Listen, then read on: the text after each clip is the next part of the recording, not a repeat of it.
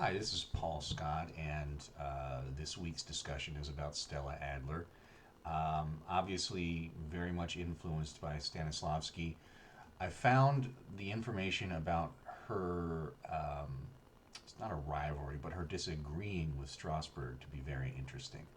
Of course, Strasberg used the idea of sense memory and using your own emotions and traumas to inform your characters in order to get the emotional response you need.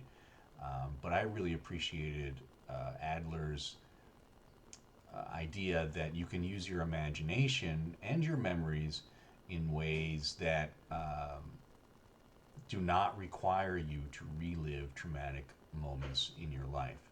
So the example that we were given I found very interesting, where if a person, an actor, is asked to play a restaurant reviewer who's kind of uptight and condescending, that she would encourage an actor to think back on something that they were an expert in and ask them how they would talk about it, and then ask them how they would talk about it with somebody who's not an expert in it, and use the physical uh, actions of the actor to transfer to the character, and then you have a more realistic depiction of somebody who is um, condescending because you've got the physicality of it.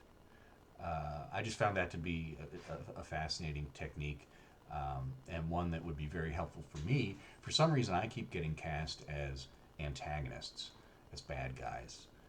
And I've had actors many times say to me, you're so much not like the character that you play. So this idea of using your imagination and past experiences not to relive traumas, but to sort of invent ways to find the physicality of the character through a similar experience that you may have had at some point earlier in your life. I found that to be extremely helpful.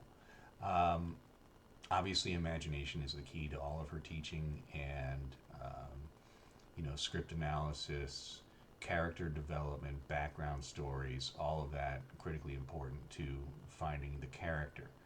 Um, Also, what I found interesting was her assertion that diction isn't everything, that words are actions.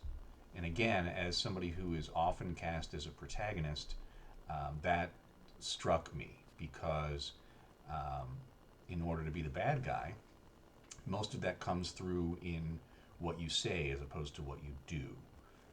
So to think of the things that I'm saying on stage as some kind of force projection or attack on people, I think will make me better at portraying those kinds of characters.